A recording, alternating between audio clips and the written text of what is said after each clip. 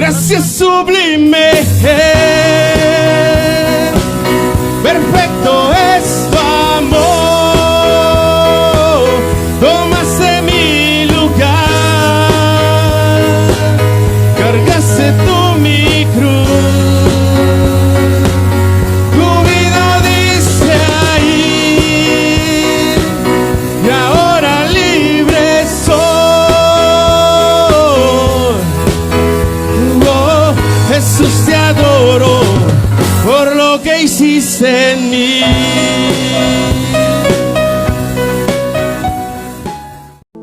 Gloria a Dios. Te invito a que abras tu Biblia en la primera carta a los Corintios, capítulo 10, versículo 1 al versículo número 13. Primera carta a los Corintios, capítulo 10, versículo 1 al versículo número 13. Me voy a permitir leerlo en el nombre de Jesús y te invito también ahí en donde te encuentras en tu hogar, que nos puedas acompañar con Biblia en mano en esta lectura. Dice así la palabra de Dios: porque no quiero, hermanos, que ignoréis que nuestros padres todos estuvieron bajo la nube, y todos pasaron el mar, y todos en Moisés fueron bautizados en la nube y en el mar, y todos comieron el mismo alimento espiritual, y todos bebieron la misma bebida espiritual, porque bebían de la roca espiritual que los seguía, y la roca es Cristo.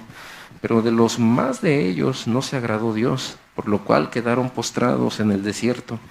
Mas estas cosas sucedieron como ejemplo para nosotros, para que no codiciemos cosas malas como ellos codiciaron, ni seáis idólatras como algunos de ellos. Según está escrito, se sentó el pueblo a comer y a beber y se levantó a jugar. Ni forniquemos como algunos de ellos fornicaron y cayeron en un día 23,000. Ni tentemos al Señor, como también algunos de ellos le tentaron, y perecieron por las serpientes. Ni murmuréis, como algunos de ellos murmuraron, y perecieron por el destructor. Y estas cosas les acontecieron como ejemplo, y están escritas para amonestarnos a nosotros, a quienes han alcanzado los fines de los siglos. Así que el que piensa estar firme, mire que no caiga. No os ha sobrevenido ninguna tentación que no sea humana, pero fiel es Dios, que no os dejará ser tentados más de lo que podáis resistir, sino que dará también juntamente con la tentación la salida para que podáis soportar. Señor, estamos listos para oír tu palabra. Háblanos a través del Espíritu Santo. Te pedimos que seamos desafiados, bendecidos y avivados. Gracias por los hermanos que están en esta reunión de forma presencial y quienes nos acompañan también en la transmisión.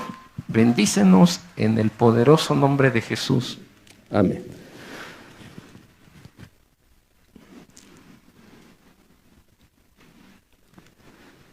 Todos nosotros somos lo que aprendemos. Si usted toma un encendedor y lo pone delante de un niño de 3 años, una de las reacciones naturales que él va a tener es el de tratar de descubrir qué es lo que le está mostrando. Pero al contacto con el fuego y al sentir el dolor, si usted le vuelve a colocar un encendedor enfrente, seguramente él va a rechazar la intención de querer volver a tocar ese fuego. En la vida podemos aprender de nuestros errores, podemos también aprender de nuestros aciertos, pero sin duda aprendemos mucho más de los fracasos. Debemos también considerar que vamos a ir aprendiendo de aquellos que son un modelo en nuestra vida. Los primeros 5 años en la vida de todo ser humano es trascendental, porque los niños van aprendiendo a través de modelos. Nosotros somos un modelo, un ejemplo, el padre, la madre. Por eso cuando un hijo o una hija crecen sin papá o mamá, al paso de los años van acarreando una serie de conflictos y se van a estampar en el matrimonio. Vamos nosotros siguiendo diferentes modelos. Esos modelos tienen que ser fuertes.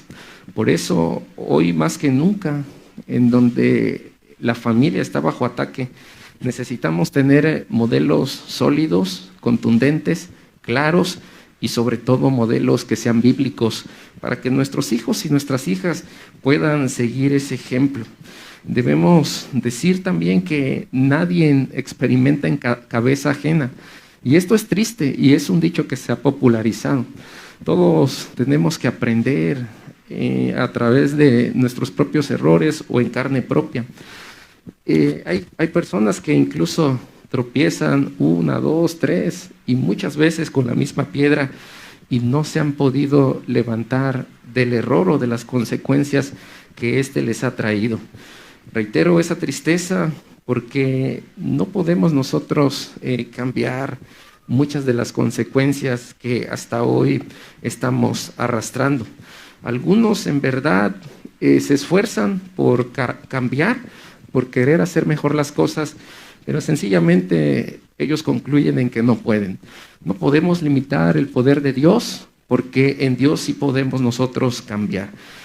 El Evangelio va a producir ese poder en nuestra vida y eso nos debe dar la confianza y la seguridad de que va a haber cambios sustanciales. Debemos saber también que las pruebas y las tentaciones tienen un tremendo poder. Las pruebas y las tentaciones van a despertar en nosotros el temor, la incredulidad, la incertidumbre y vamos a estar sumergidos en un estado de ansiedad. ¿Quién de nosotros no ha pasado pruebas o no ha estado en tentaciones? Los días más difíciles en la escuela es cuando el maestro dice que vamos a tener una prueba. En esta vida vamos a tener infinidad de pruebas. Vamos a tener que ejercer la fe cuando estemos frente a ellas. Las pruebas no tienen el propósito de parte de Dios. Cuando vienen las pruebas de parte de Dios, no tienen el propósito de destruirnos, sino que a través de las pruebas Dios nos va afirmando. A través de las pruebas podemos nosotros ser mejorados en nuestro carácter. A través de las pruebas podemos nosotros crecer también en la fe. Yo veo al pueblo de Israel como un pueblo de pruebas, un pueblo que tuvo que enfrentar muchísimas tentaciones. ¿Y cómo es que Israel enfrentó las pruebas y las tentaciones que se le presentaron durante su peregrinaje por el desierto? Bueno, Pablo nos va a recordar aquí cuáles fueron aquellas cosas que el pueblo hebreo durante su travesía por el desierto tuvo que enfrentar. De qué manera la tentación y la prueba los hizo presa y cuáles fueron las equivocaciones que este pueblo cometió y las consecuencias que tuvo que afrontar.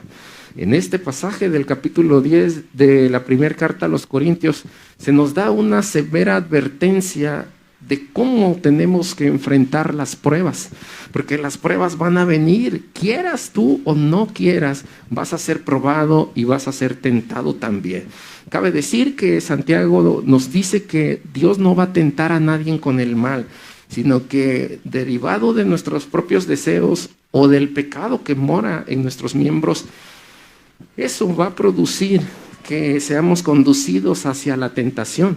Jesús fue tentado y si bien la influencia de Satanás y de los demonios es real, es palpable, él pudo vencer la tentación que Satanás le puso enfrente.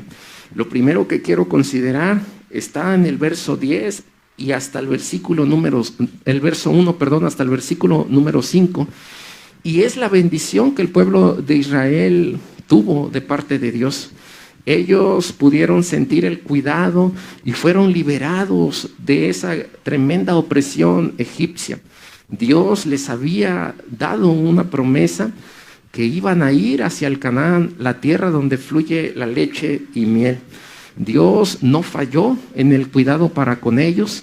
Ellos pudieron disfrutar de toda esta obra que Dios hizo a través de la mano del gran libertador llamado Moisés. Y aunque Moisés puso una infinidad de excusas en el capítulo 3 y 4 de Éxodo, se registran todas y las innumerables excusas que este hombre puso para no cumplir con el llamado que Dios le estaba dando.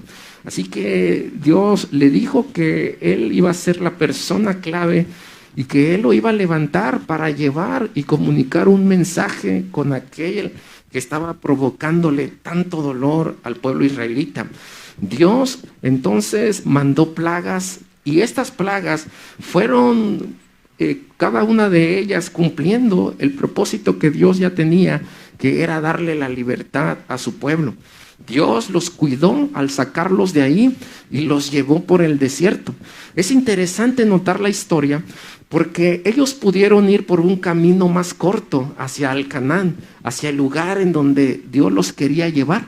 Pero la decisión de Dios fue llevarlos por la ruta más larga, por el camino donde había más obstáculos, más peligros, y precisamente en donde tendrían ellos que enfrentarse con tentaciones y pruebas diversas. ¿Cuál fue la razón por la que Dios los llevó por el camino más largo? Bueno, definitivamente Dios nos lleva por aquellos caminos en donde va a sacar lo mejor de nosotros, en donde vamos a tener que ejercer la fe. Dios nos va a llevar por aquellos caminos en donde nosotros vamos a crecer. En el Señor tenemos que crecer. El crecimiento es parte natural de la vida de un cristiano. Si un cristiano no está creciendo, hay algo que no está funcionando bien en su salud espiritual. Tenemos que crecer en el Señor. Así como Jesús crecía en estatura y en gracia para con Dios y los hombres, el pueblo del Señor ha de crecer en gracia, en estatura. Ha de crecer no solo intelectualmente. Las pruebas que no nos destruyen, las tentaciones que hemos podido vencer, nos han hecho más fuertes. Y ahora, después de 5, 6, 10, un año en el Señor, 20, 30 años, podemos decir que tenemos una fortaleza espiritual mayor. A través de cada prueba y tentación hay lecciones que Dios nos quiere enseñar. Tenemos que pedirle a Dios discernimiento, sensibilidad espiritual para entender cuáles son cada una de estas lecciones que nos ayudarán a crecer espiritualmente. Dios les dio libertad, Dios los cuidó.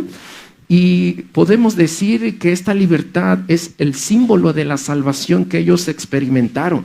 Así que todo este gran pueblo fue salvo de esta situación tan difícil que vivía de esclavitud por manos del faraón egipcio. Y Dios señala también en el versículo 2 que ellos recibieron el bautismo por medio de Moisés. Es algo interesante notar la palabra bautismo que aparece aquí en este versículo 2. Lo que está queriendo comunicar el apóstol Pablo es que en el bautismo hay unidad. Por un mismo espíritu fuimos todos bautizados. Por una misma fe todos hemos alcanzado la salvación. Todos estamos conectados por un mismo Señor, tenemos un mismo Padre. Y usted tiene que recordar que la iglesia de los Corintios está dividida. Así que es muy significativo el hecho de que el pueblo de Israel haya sido bautizado por mano de Moisés a través de la intervención de Dios. El bautismo que la iglesia tiene, eso nos va a generar comunión. Tenemos que ser bautizados en el Señor, y todos los que estamos aquí y hemos sido bautizados en agua es porque uno solo lo ha hecho, una persona, y es Dios, a través del Espíritu y a través del Hijo, que son uno en esencia, un Dios trinitario, pero un Dios que se mueve de forma única, particular. Y nosotros en esa unidad es que podemos venir a la comunión con Dios. Vemos salvación, vemos bautismo, y en el versículo 3 vemos que ellos, 4 y 5, comieron y bebieron. Esto tiene que ver con la comunión que se desarrollaba en el pueblo. Ellos, mientras iban en el desierto, ellos estaban recibiendo la provisión de Dios. Ellos estaban recibiendo de parte de Dios el cuidado minucioso en cada una de las necesidades. Así que el Israel que se está mencionando aquí por Pablo es un símbolo de lo que la iglesia representa. Así como Israel peregrinó durante 40 años en el desierto, la iglesia del Señor está en el peregrinaje peregrinaje de este mundo, pero está peregrinando para alcanzar su meta. Estamos como peregrinos y extranjeros en este mundo, pero este mundo no es el final de nuestra vida. Incluso la muerte de cada uno no es el final de nuestra historia. Esto es apenas el glorioso comienzo de lo que vamos a disfrutar por la eternidad.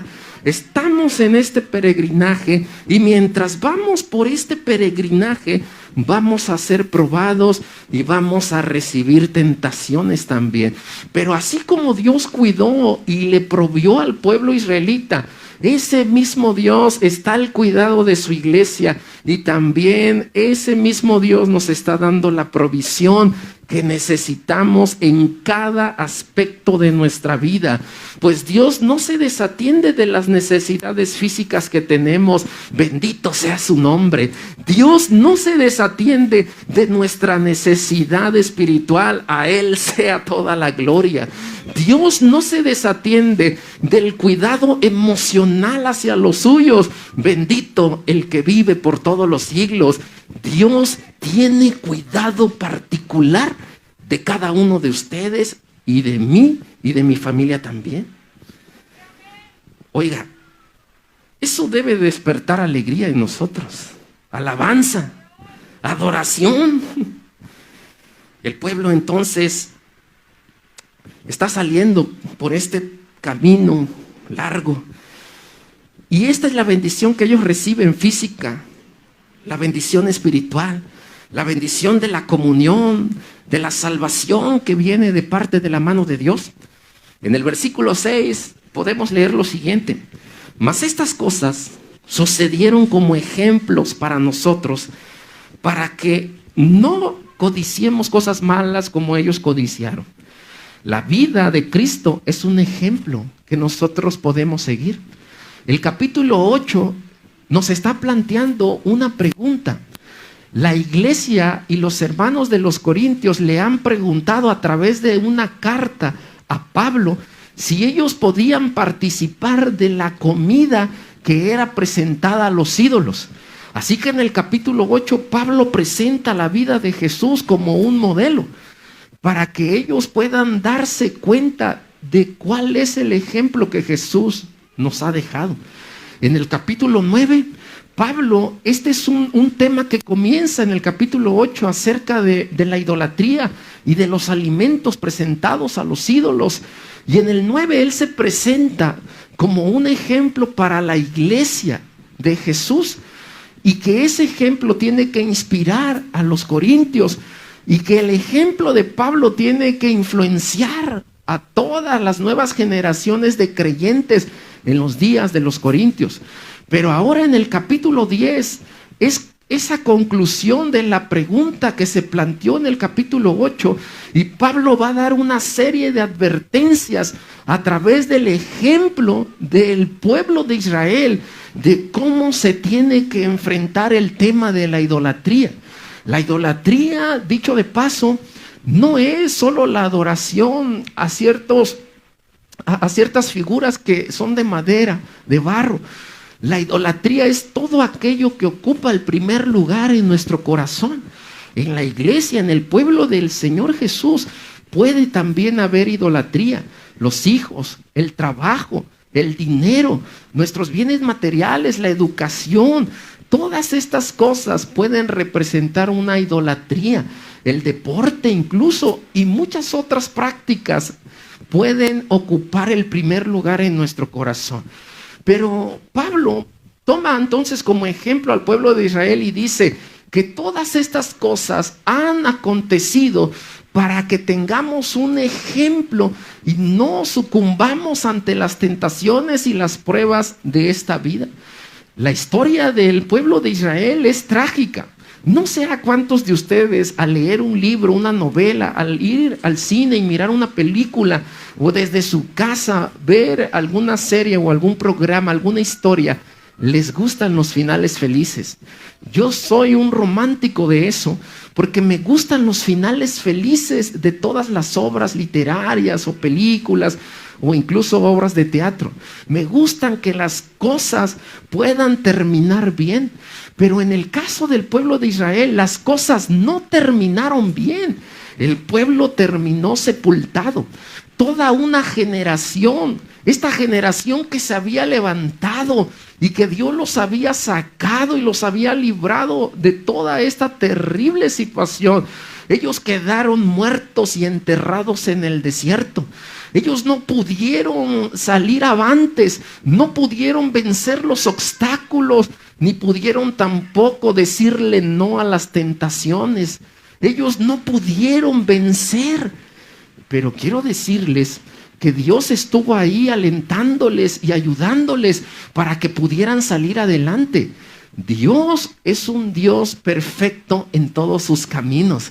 Dios es un Dios que no se aparta y no se olvida de nosotros. Y nos ha dejado entonces este ejemplo. Y yo espero que en esta iglesia no se cumpla en ninguno de nosotros ese dicho de que nadie experimenta en cabeza ajena, sino que podamos como iglesia mirar el ejemplo y las consecuencias y los errores del pueblo de Israel, y a través de ese ejemplo y esas enseñanzas podamos nosotros experimentar qué es lo que ellos hicieron mal y retomar un camino correcto en nuestra vida si vamos por un camino equivocado. Que si el pueblo de Israel sucumbió, la iglesia del Centro Familiar Kairos no sucumba ante las tentaciones y las pruebas que lo están queriendo derribar, que lo están queriendo debilitar, que lo están queriendo alejar de Dios. Que no sucumba ante estas situaciones que parecen tan atractivas y deliciosas, pero que su fin es un camino de muerte. Hay caminos que para el hombre parecen buenos, derechos, pero el fin de esos caminos, dice el proverbista, es un camino de muerte. Aprendamos de los errores de otros para no cometer esos mismos errores y que nuestra vida sea un ejemplo para otros. Lo que tú estás haciendo está influenciando en los demás. Aunque parece que lo que haces no está teniendo un impacto, nuestra manera de vivir está influenciando en las nuevas generaciones de creyentes. La gente, los hermanos en la fe nos observan y todos necesitamos un modelo en nuestra vida, tanto espiritual como en nuestra vida familiar. Necesitamos modelos para que podamos aprender. Así que vemos estos 3 ejemplos y ya hemos hablado del capítulo 8, del 9, y ahora vamos a hablar del ejemplo de la iglesia de Israel, de este pueblo que Dios ha escogido. Y entramos entonces al capítulo 6 hasta el capítulo 11, y vaya ahí a su Biblia si usted quiere ir conmigo. Y el primer asunto que vemos aquí, la primera tentación del pueblo, es la codicia. Al final del versículo 6 leemos esto. Dice: mas estas cosas sucedieron como ejemplos para cada uno de nosotros, para que no codiciemos cosas malas como ellos codiciaron. Esto nos debe llevar al libro de Números, capítulo 11, verso 4, que dice esto: la gente extranjera que se mezcló con ellos tuvo un vivo deseo, y los hijos de Israel tuvieron también ese deseo, y lloraron y dijeron: ¿quién nos diera a comer carne? Ellos querían comer carne. Ellos tenían el deseo y comenzaron a codiciar el alimento que ellos estaban recibiendo en Egipto. Dice la narrativa que ellos extrañaron las cebollas, los ajos, los pepinos. Ellos extrañaban la comida de Egipto. Dios los había sacado y durante ese peregrinaje Dios les había mandado un alimento del cielo que es conocido como el maná. Y esa provisión de Dios nunca escaseó. Dios les estaba enseñando a vivir día a día. Y eso es algo tan complicado en nuestra vida, porque nos desesperamos demasiado y queremos comernos el mundo, sobre todo cuando somos muy jóvenes. Pero la enseñanza de Dios para su iglesia y para nuestra vida es que aprendamos a vivir día a día.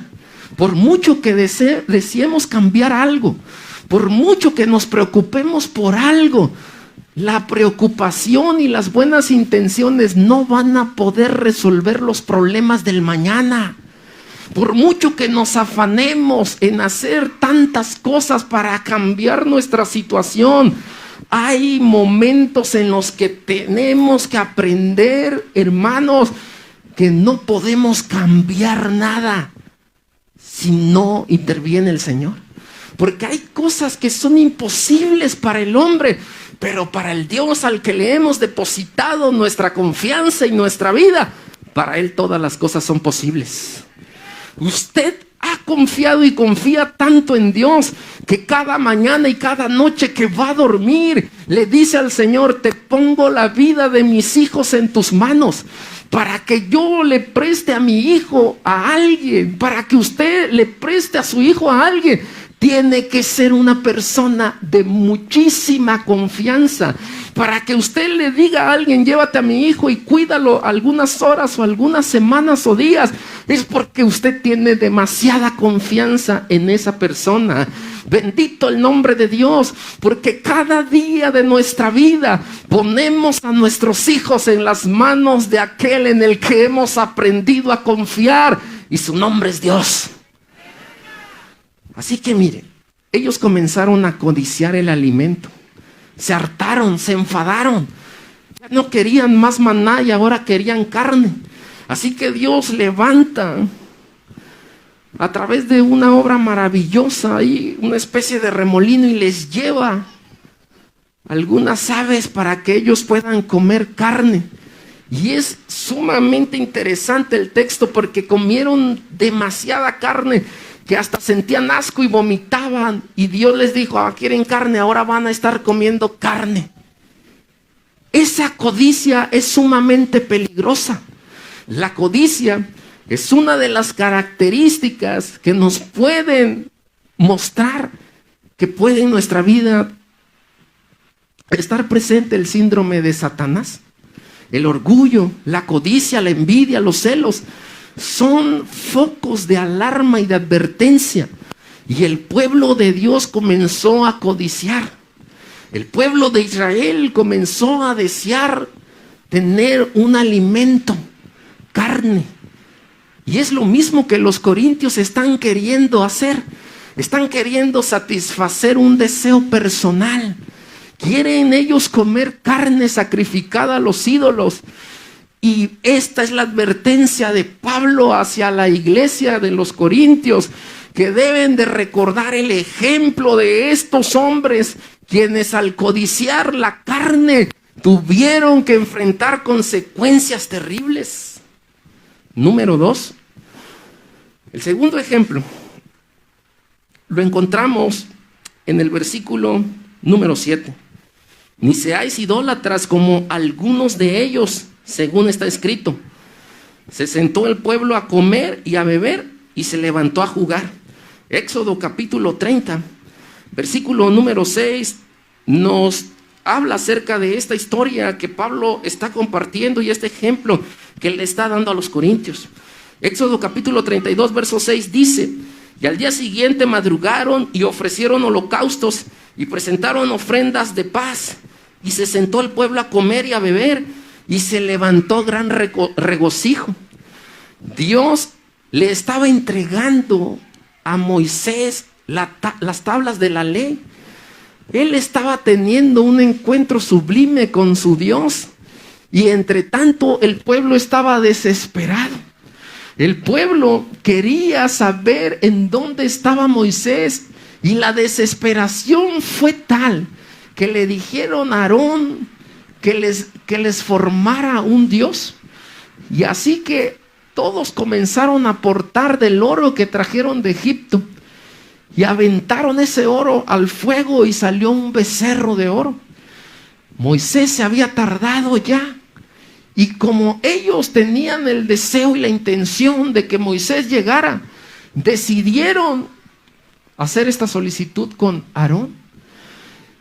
Y cuando este becerro apareció, el pueblo comenzó a adorarle. Comenzaron a beber y a comer, y comenzaron ellos a desechar a Dios, y el becerro de oro comenzó a ocupar el primer lugar en el corazón del pueblo. Ellos se deslumbraron por lo que estaba ocurriendo. Además de codiciar, practicaron la idolatría. Y la idolatría es algo con lo que Dios luchó a lo largo de todo el Antiguo Testamento. Y es algo que en el Nuevo Testamento vuelve a aparecer. Pero la idolatría es algo con lo que Dios sigue en estos tiempos luchando. Es algo que nos invita a la idolatría, a rendirnos en reverencia y adoración a dioses que no tienen que ver con el verdadero Dios. El salmista dice que Dios es el Dios de los dioses, que aunque en el mundo existan una gran infinidad de dioses, hay uno solo que es verdadero. Él por eso afirmó: yo soy el camino, yo soy la verdad y yo soy la vida, y nadie viene al Padre sino a través de Jesús, que es el Hijo de Dios y el Dios verdadero. Así que esta idolatría que ellos están mostrando se deriva precisamente de un deseo que hay en su corazón. Bebieron, jugaron, estuvieron contentos por lo que ellos habían recibido. Debemos aprender a tener mucho cuidado con las cosas que Dios nos da, porque lo que es una bendición en nuestro presente se puede convertir en una maldición en nuestro mañana o en nuestro futuro. Sacaron oro, sacaron riquezas de allá, y fue el mismo oro y las riquezas que Dios les había dado las que utilizaron para poder idolatrar. El dinero se puede volver un dios en la vida, y eso es peligroso. Necesitamos entender que nuestra adoración tiene que ser exclusivamente para el Dios que nos ha salvado. Hermanos, estamos tan en deuda con Dios que ni esta vida ni la vida eterna nos alcanzaría para pagarle todo lo que ha hecho por nosotros. Si usted está agradecido, puede glorificarlo, exaltarlo, pero en mi corazón hay tantos motivos y razones para alabar el nombre de Dios con gratitud.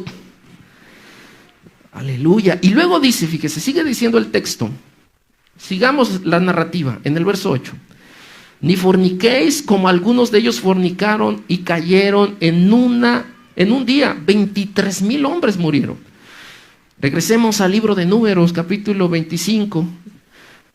No lo vamos a leer todo, pero solamente quiero que usted tenga un panorama. Voy a leer el verso 25. Dice: moraba Israel en Sitim, y el pueblo empezó a fornicar con las hijas de Moab, las cuales invitaban al pueblo a los sacrificios de sus dioses. Y así acudió el pueblo a Baal-peor, y el furor de Jehová se encendió contra Israel. Recuerde que en el capítulo 5 de esta primera carta de los Corintios hay un problema de inmoralidad sexual. Hay relaciones incestuosas. Esta inmoralidad está siendo demandada, y Pablo está tratando de corregir estos errores que se están cometiendo. Y este hombre que comete este tipo de acciones desagradables, no solo ante los ojos de Dios, sino que el pueblo estaba mirando mal, un pueblo pagano, un pueblo que estaba sumergido en el pecado, no veía con buenos ojos este tipo de actos, inmoralidades de sexualidad.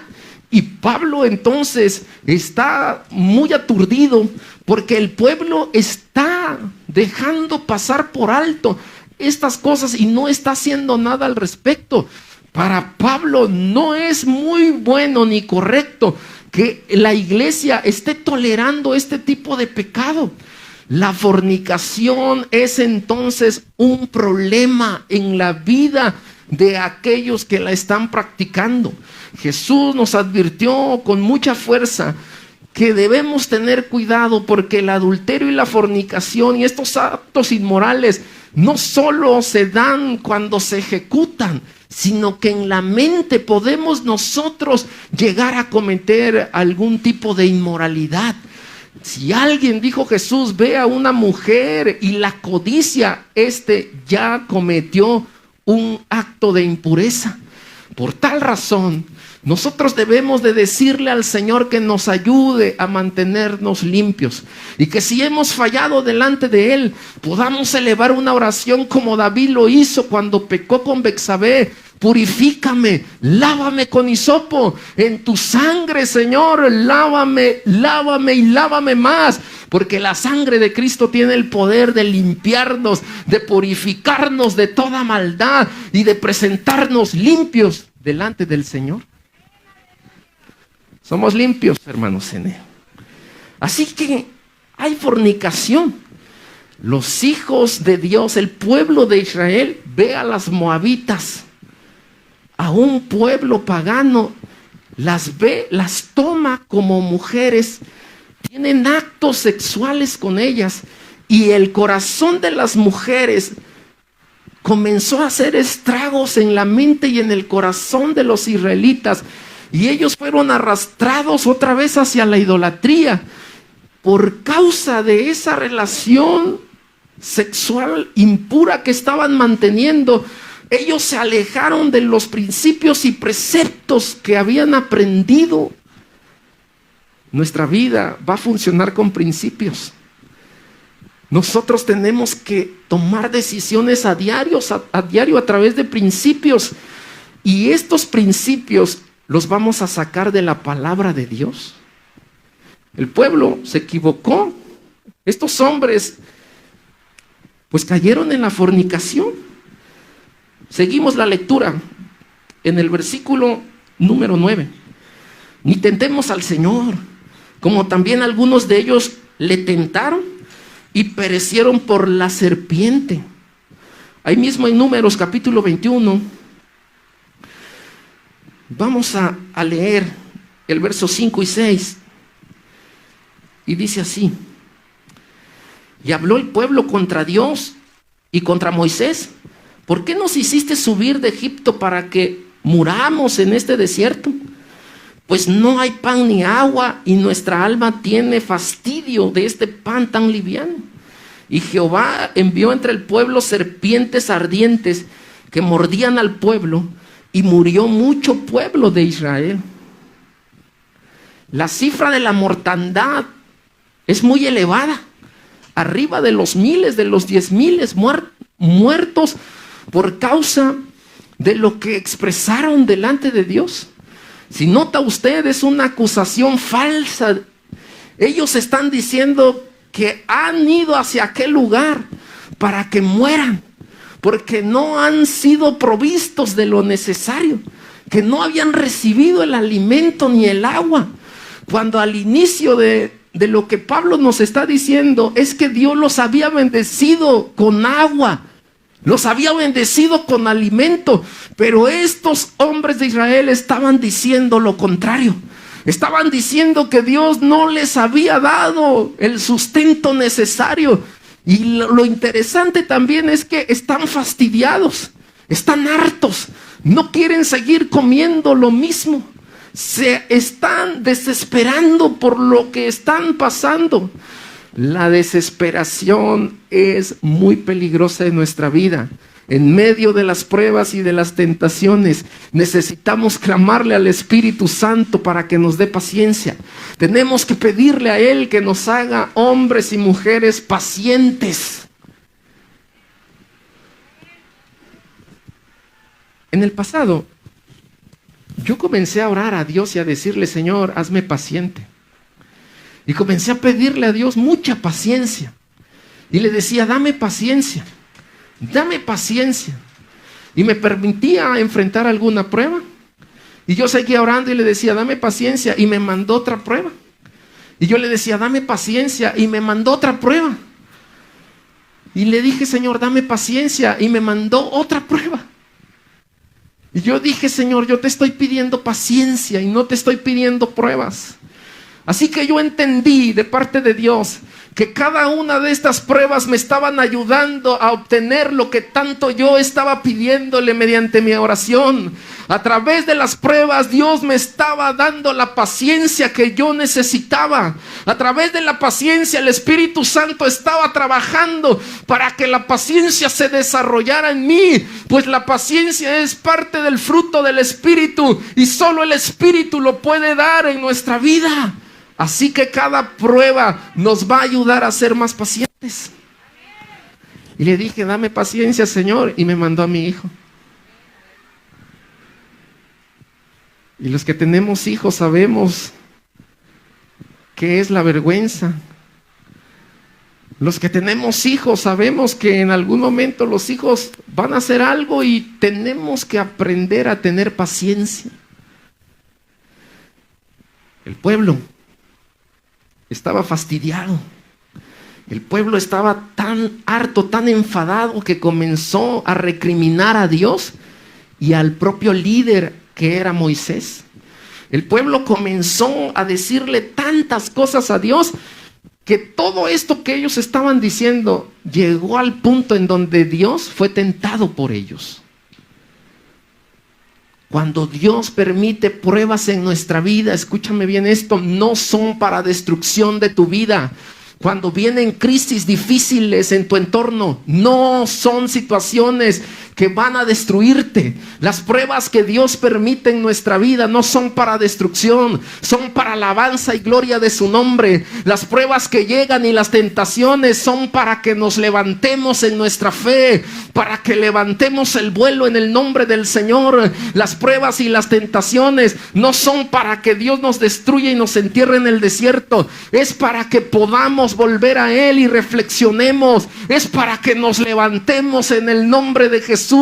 Las pruebas en Dios son para enseñarnos, como Hebreos 12 dice. Las pruebas son como disciplina de Dios para que nosotros aprendamos a vivir por esta tierra y en este peregrinaje del mundo de una forma sabia. Estas pruebas y tentaciones que vienen a este mundo, a esta vida, en nuestro diario vivir, no son para mal de nadie, son para que seamos en el Señor más fuertes cada día. Aquí en la vida tendrás luchas, aflicciones, te quedarás y retroceder, pero las pruebas te harán fuerte en la fe cada día. Así que no debemos nosotros renegar de las pruebas. Tampoco tenemos nosotros que renunciar a ellas. Tenemos que hacerlas frente. Vamos terminando. A finales de este versículo también encontramos que estas serpientes comenzaron a matar, pues la forma en como el pueblo estaba actuando no era bien visto por Dios. Las serpientes causaron destrucción entre el pueblo. Y la ira de Dios no se manifestó totalmente en ellos, pero sí a través de esto que Dios estaba permitiendo, Dios estaba trabajando en el corazón del pueblo. Finalmente dice, no murmuréis, como algunos de ellos murmuraron y perecieron por el destructor. En Números capítulo 16, encontramos esto que Pablo está recordándole a los corintios. 16:41, vamos ahí. El día siguiente toda la congregación de los hijos de Israel murmuró contra Moisés y Aarón, diciendo, vosotros habréis dado muerte al pueblo de Jehová. Y aconteció que cuando se juntó la congregación contra Moisés y Aarón, miraron hacia el tabernáculo de reunión, y he aquí la nube lo había cubierto, y apareció la gloria de Jehová. Y vinieron Moisés y Aarón delante del tabernáculo de reunión, y Jehová habló a Moisés diciendo, apartaos de en medio de esta congregación, y los consumiré en un momento. Y ellos se postraron sobre sus rostros, y dijo Moisés a Aarón, toma el incenciario y pon en el fuego del altar, y sobre él pon incienso, y ve pronto a la congregación, y haz expiación por ellos, porque el furor ha salido de la presencia de Jehová. la mortandad ha comenzado. Entonces tomó Aarón el incenciario, como Moisés dijo, y corrió en medio de la congregación. Y he aquí que la mortandad había comenzado en el pueblo. Y él puso incienso e hizo expiación por el pueblo. Y se puso entre los muertos y los vivos y cesó la mortandad. Verso 49. Y los que murieron en aquella mortandad fueron 14,700, sin los muertos por la rebelión de Coré. Después volvió Aarón a Moisés a la puerta del tabernáculo de reunión cuando la mortandad había cesado. La murmuración que ellos estaban teniendo cobró la vida de 14,700 personas. La murmuración de María, hermana de Moisés, produjo lepra en ella. La murmuración en contra de Dios y de lo que Dios estaba permitiendo en el pueblo causó consecuencias terribles para ellos. La murmuración es hablar mal en contra de alguien que está presente y que en la mayoría de los casos está ausente, con el fin de hacerle un daño. Así que la murmuración es terriblemente peligrosa.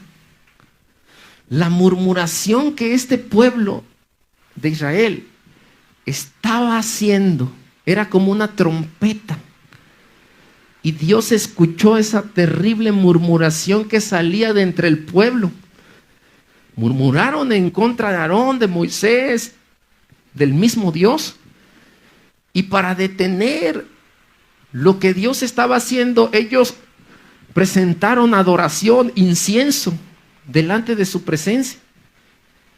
Así que la murmuración puede ser terriblemente mortal. Es necesario aprender a tener cuidado en cómo expresamos nuestras palabras. Es importante que nosotros dejemos atrás toda clase de murmuración, porque la murmuración puede causar terribles estragos entre la iglesia de Cristo. El pueblo murmuró y la mortandad se hizo presente. El juicio, un castigo de Dios, se dejó sentir entre ellos. Como cristianos, nuestros labios tienen que pronunciar gratitud. Como cristianos, es necesario aprender a decirle al Señor: dependo totalmente de ti en todas las áreas de mi vida. Como cristianos, necesitamos aprender que lo que recibimos de Dios no es algo que ni siquiera merezcamos, pero que si lo tenemos, tenemos que darle un buen uso, porque ha sido por gracia de Él, como un regalo, que lo hemos recibido. El final de este mensaje está en estos dos últimos versículos, 12 y 13, y lo voy a leer finalmente. Así que el que piensa estar firme, mire que no caiga. No os ha sobrevenido ninguna tentación que no sea humana, pero fiel es Dios. Fiel es Dios. Fiel es Dios, que no os dejará ser tentados más de lo que podáis resistir, sino que dará también juntamente con la tentación la salida para que podáis soportar. ¿No puedes soportar la tentación de comer carne?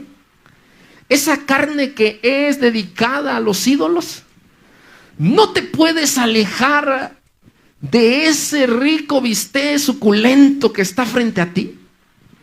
¿No puedes dejar de pensar en esa carne y en el olor de la carne de pastor? ¿No puedes dejar de pensar ¿O no puedes abandonar esos alimentos? Querida iglesia, el que piensa estar firme, mire que no caiga. Pues usted ha, al igual que el pueblo de Israel, enfrentado tentaciones y tribulaciones. Se ha sentido en el desierto. Ha sido tentado una y otra vez. Las pruebas lo han doblado y lo han mandado a la lona. Ahora mismo, mientras está en esta reunión, hay tantas ideas que están pasando por su mente. Hay tantas cosas que está platicando con Dios en la intimidad.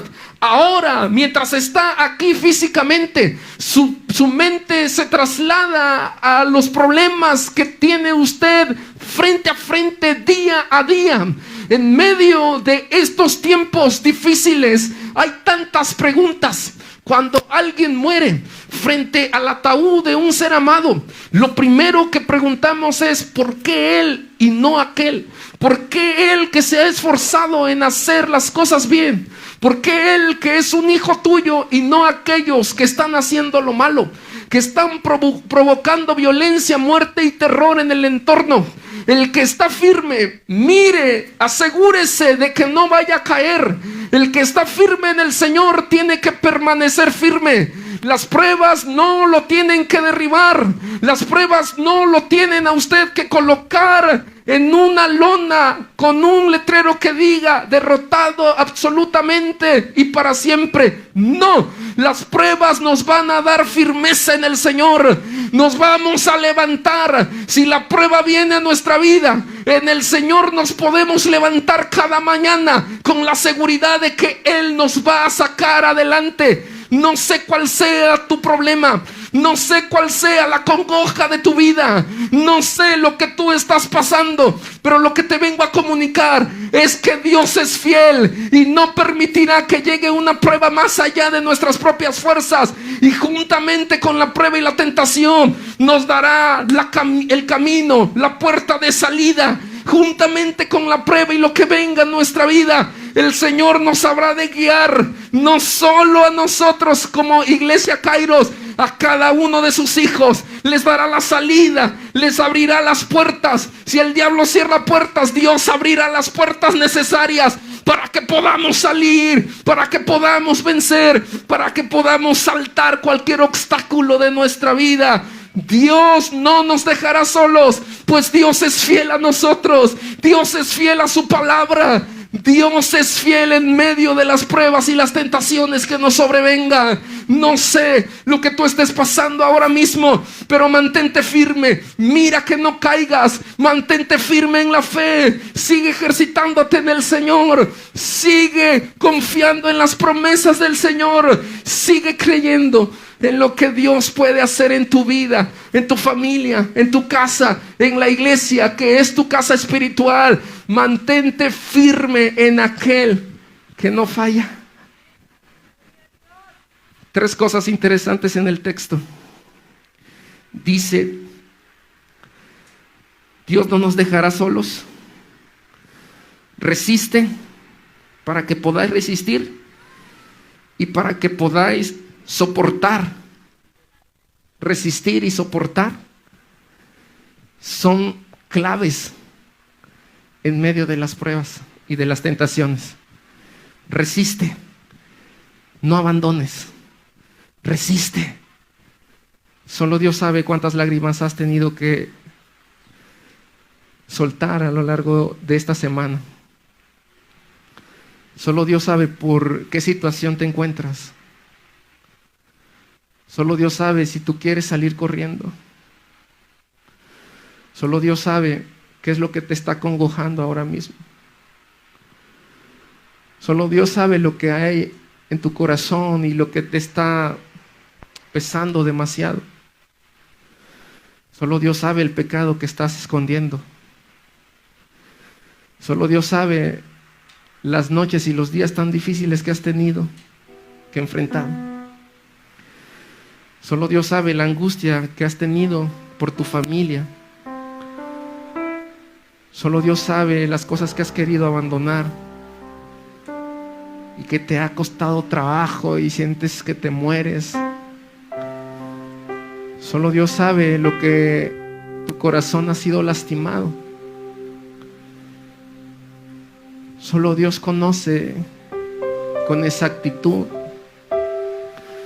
las veces que has querido renunciar, no a Dios, pero sí renunciar a la comunión con otros. Solo Dios sabe tus tristezas. Solo Dios conoce tu enfermedad. Solo Dios conoce a plenitud la historia de tu vida y las veces que te has sentido solo o sola. Solo Dios sabe las veces que has querido renunciar y no has podido hacerlo. Solo Dios sabe las veces que te has esforzado por hacer las cosas correctamente y a pesar de eso sientes que no puedes salir adelante. Solo Dios sabe las veces que el problema te ha consumido y te está quemando. Solo Dios sabe las preocupaciones que la iglesia, el pueblo de Dios te ha generado también. Solo Dios sabe las veces que has tenido miedo, que has tenido temor, cuando tus hijos salen, cuando tu familia sale. Solo Dios sabe las veces que has sentido ese miedo y que dices ¿qué va a pasar? Pero Dios está con ustedes. Dios los está sosteniendo a ustedes. Dios los está cuidando y los está llevando más allá de sus propias fuerzas.